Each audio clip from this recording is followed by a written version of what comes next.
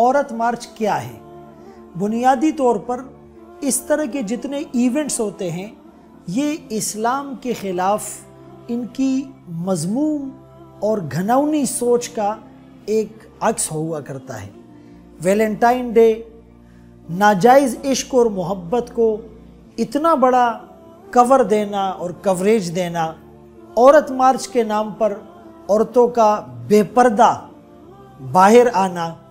اور ان کے ان پلے کارڈز میں، بینرز میں، پوسٹر میں، سٹیکرز میں، سلوگنز میں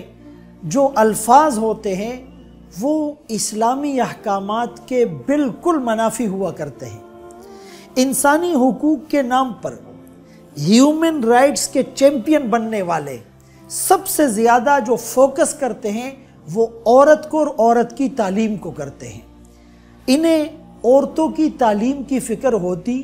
تو عورتوں کی دینی تعلیم کی فکر کیوں نہیں؟ انہیں ثقافت اسلامی کی اور پاکستان کے مشرقی اقدار اور کلچر کی فکر کیوں نہیں ہے؟ مالک الجزائری نے ایک بہت بہترین جملہ کہا کہ محکومانہ ذہنیت محکومیت سے بھی زیادہ خطرناک ہے۔ ایک آدمی فزیکلی کسی کا غلام ہوتا ہے، وہ اپنے آپ کو غلام سمجھتا ہے، لیکن جو ذہنی غلام ہوتا ہے، جس کو ذہنی غلامی کی زنجیر میں جکڑ دیا جائے، وہ بظاہر تو اپنے آپ کو آزاد سمجھ رہا ہوتا ہے، لیکن اس کے افکار، اس کے خیالات، اس کی جو سوچ ہوتی ہیں وہ پابند سلاسل ہوتی ہے۔ تو ہماری ذہنیت کو اس طرح ہائی جیک اور کیپچر کیا گیا کہ ہمیں ان کی ہر بات وہ صحیح نظر آنے لگی، اور اس کی وجہ یہ ہے کہ ہم اسلام سے دور ہیں۔ قرآن سے ہمارا تعلق بالکل رسمی سا اور واجبی سا بن چکا ہے۔ قرآن کریم نے عورت کے پردے کی جب بات کی تو صرف جسٹ یہ نہیں کہا کہ عورتیں پردہ کریں، بلکہ ایک پیکج کی شکل میں اس کو بتایا، اور وہ پیکج کیا تھا کہ فرمایا وَلَا تَقْرَبُوا الزِّنَا، زنا کے قریب نہ جاؤ، یعنی وہ اسباب، وہ دواعی، وہ عوامل، وہ فیکٹرز، وہ ریزنز جو زنا کا سبب بن سکتے ہیں، یعنی سٹیپ ڈاؤن ہو کر ہمیں سوچنا اور چلنا پڑے گا۔ آپ ان اسباب کو بھی اختیار نہ کریں۔ یہ جو مکس گیدرنگ ہوتی ہے تو یہ اس کی ایک بنیاد اور پہلا زینہ ہوا کرتا ہے۔ اسی لیے اس پیکج کو قرآن کریم نے یوں بیان کیا کہ کوئی عورت اپنے گھر سے نکلے ہی نہیں، وَقَرْنَ فِي بُيُوتِكُنْ، وہ گھر کی ملکہ بن کر رہے۔ یہ پہلا اسٹیج ہے پردے کا کہ عورت گھر سے نہ نکلے۔ اگر ضرورت کے لیے وہ نکلتی ہیں تو وہ پردہ کر کے نکلیں۔ یُدْنِینَ عَلَيْهِنَّ مِن جَلَابِیبِهِنَّ، وہ اپنے اوپر پراپر ایک چادر، ایک پردہ ڈالے اور پھر وہ نکلے۔ اور تیسرا درجہ اس کا یہ ہے کہ وہ اپنے محرم کے ساتھ، والد کے ساتھ، بھائی کے ساتھ، بیٹے کے ساتھ، شوہر کے ساتھ وہ نکلے۔ اور چوتھے نمبر پر یہ ہے وَلَا يُبْدِينَ زِينَتَهُنَّ، کہ وہ غیر محرم کے سامنے اپنی زیب و زینت کو ظاہر نہ کرے، وہ خوشبو لگا کر نہ نکلے، اور وہ ایسا برقع پہن کر نہ نکلے جس برقعے کو برقعے کی ضرورت ہو، جس پردے کو پردے کی ضرورت ہو، یعنی وہ کھلا ڈلا ہو اور اس میں ڈیزائننگ نہ ہو اور وہ تنگ نہ ہو اور وہ باریک نہ ہو۔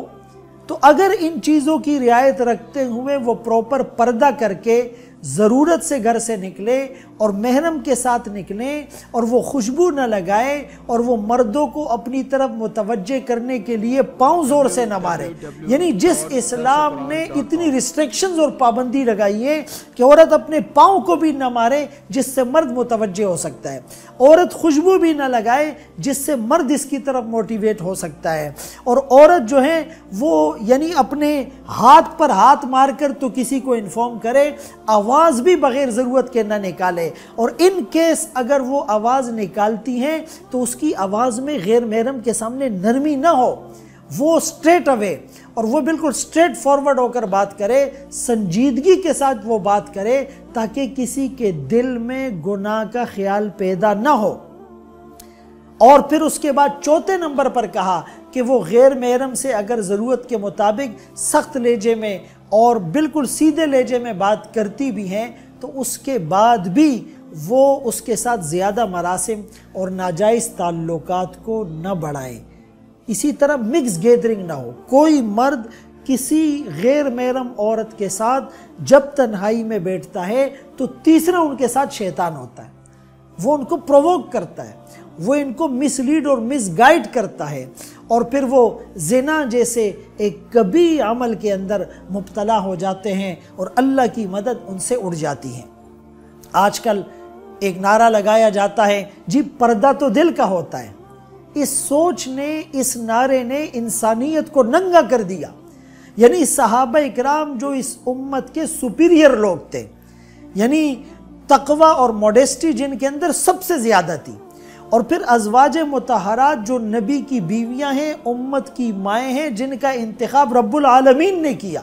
اور جن کی پاکیزگی اور عفت پر قرآن گواہ ہے, لِيُذْهِبَ عَنْكُمُ الرِّجْسَ أَهْلَ الْبَيْتِ. تو ان ازواج مطہرات کے دل کتنے پاکیزہ ہوں گے اور صحابہ کے دل کتنے پاکیزہ ہوں گے. لیکن ان کو بھی انسٹرکشن جو دی جا رہی ہیں, اِذَا سَأَلْتُمُوهُنَّ مَتَاعًا فَاسْأَلُوهُنَّ مِنْ وَرَاءِ حِجَابٍ. جب ان صحابہ کو امت کی ماؤں سے, جو ان کی بھی مائیں ہیں, کچھ مانگنا پڑے تو پردے کے پیچھے سے مانگنا. اور آج کا ایک کمزور عقیدے, کمزور عمل والا مسلمان جس کا دل گناہوں کا پروڈکٹر بن چکا ہے, جس کے دل میں گناہوں اور غلاظت کا ڈھیر بنا ہوا ہے, یہ کہتے جی میرا دل تو صاف ہے. اسی لیے ان نعروں میں کبھی بھی نہ آئے. اور ان تمام خواتین کو بھی یہ دعوت فکر دی جاتی ہے کہ آپ کے جو ریئل یا جینون مسائل ہیں, آپ کو میراث میں حصہ نہیں ملتا, آپ کو مہر نہیں دیا جاتا, آپ کے اوپر آپ کے برڈن سے زیادہ بوجھ ڈالا جاتا ہے, آپ کی جائز ضروریات کو پورا نہیں کیا جاتا, آپ کے ساتھ وہ اچھا برتاؤ یا پوزیٹیو بیہیویئر نہیں رکھا جاتا, یا شوہر بعض چیزوں میں آپ سے مشورہ اور آپ کی بات کو ویلیو نہیں دیتے, یا کچھ مرد اپنی عورتوں کو مارتے ہیں اور خدا نخواستہ بال کاٹتے ہیں اور کرنٹ اور جھٹکے دیتے ہیں, اور اس طرح جو ہے وہ ان کو نہ آزاد کرتے ہیں اور نہ ان کے جائز حقوق ان کو دیتے ہیں, اور ان کے رشتہ داروں کے ساتھ ان کا برتاؤ اچھا نہیں ہوتا. اس طرح کے جتنے مسائل ہیں وہ جینون مسائل ہیں, اس پر آواز اٹھنی چاہیے. اس پر علماء کو ممبر و محراب سے, اور سوشل میڈیا ایکٹیوسٹ کو, اور ہر آدمی کو اپنی بساط اور ڈومین کے مطابق اپنے فورم پر آواز اٹھانی چاہیے. لیکن ان حقوق کی آڑ میں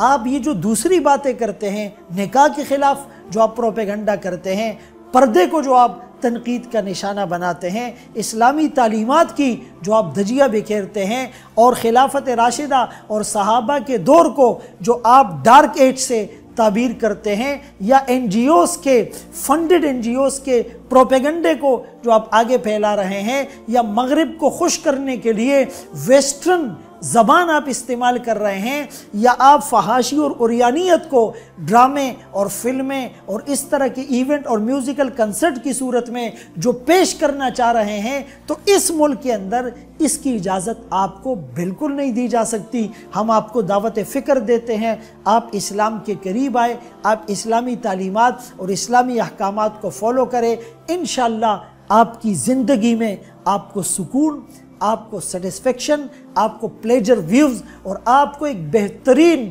سکون ملے گا. آپ جو ریسٹ لیس زندگی گزار رہی ہیں, اس سے چھٹکارا مل سکتا ہے. سکون صرف اللہ کے ذکر میں, اللہ کے دین میں ہے. الا بذکر اللہ تطمئن القلوب. نہ دنیا سے, نہ دولت سے, نہ گھر آباد کرنے سے تسلی دل کو ہوتی ہے, خدا کو یاد کرنے سے. اور میڈیا سے بھی یہ گزارش ہے کہ خدا را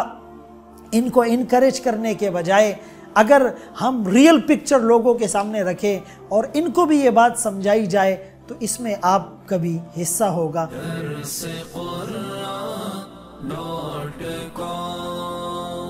www.darsequran.com